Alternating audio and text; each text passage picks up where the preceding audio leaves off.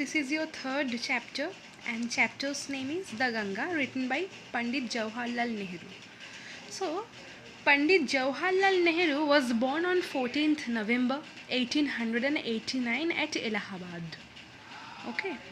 He was one of the foremost freedom fighters of India, we all know. His best known books are including Glimpses of World History, The Discovery of India, The Discovery of the World, and his autobiography, and so on, or you can say etc. So, at first, we have gained some ideas about this text.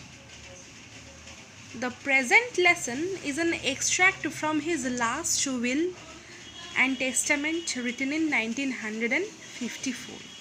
The beginning of the lesson, he expresses his gratitude for the love and affection of all classes of Indian people.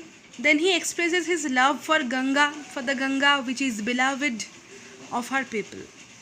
तो पहली बात तो ये कि 1954 में उनकी जो last will and testament थी वहाँ से इस स्टोरी को लिया गया है. एंड एकदम शुरुआत में पंडित जवाहरलाल नेहरू अपने मन में भारतवर्ष के लोगों के प्रति जो प्रेम है, जो प्यार है, वही वो एक्सप्रेस कर रहे हैं. और गंगा नदी के प्रति भी वो अपना प्यार एक्सप्रेस कर रहे हैं. He says that the Ganga that has been a symbol of India's age-long culture and civilization.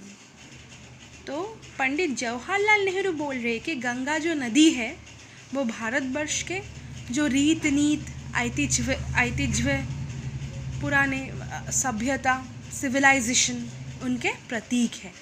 So as a token or symbol of his love, he wanted that the handful of his ashes should be thrown into the Ganga and the major portion of them should be scattered over the fields of India. तो पंडित जवाहरलाल नेहरू की ये ख्वाहिश है कि वो मरने के बाद आफ्टर हिज फ्यूनरल सेरेमनी दाह संस्कार के बाद जो राख बचेगी उसे कुछ राख गंगा नदी में विसर्जित किया जाए और कुछ राख ऐसे भारतवर्ष के ज़मीन पर स्कैटर्ड किया जाए, मतलब कि फेंक दिया जाए, ताकि उनकी जो आत्मा है वो उनकी आत्मा को शांति मिले. ठीक है, ये उनकी लास्ट ख्वाहिश थी. So this is all about the lesson.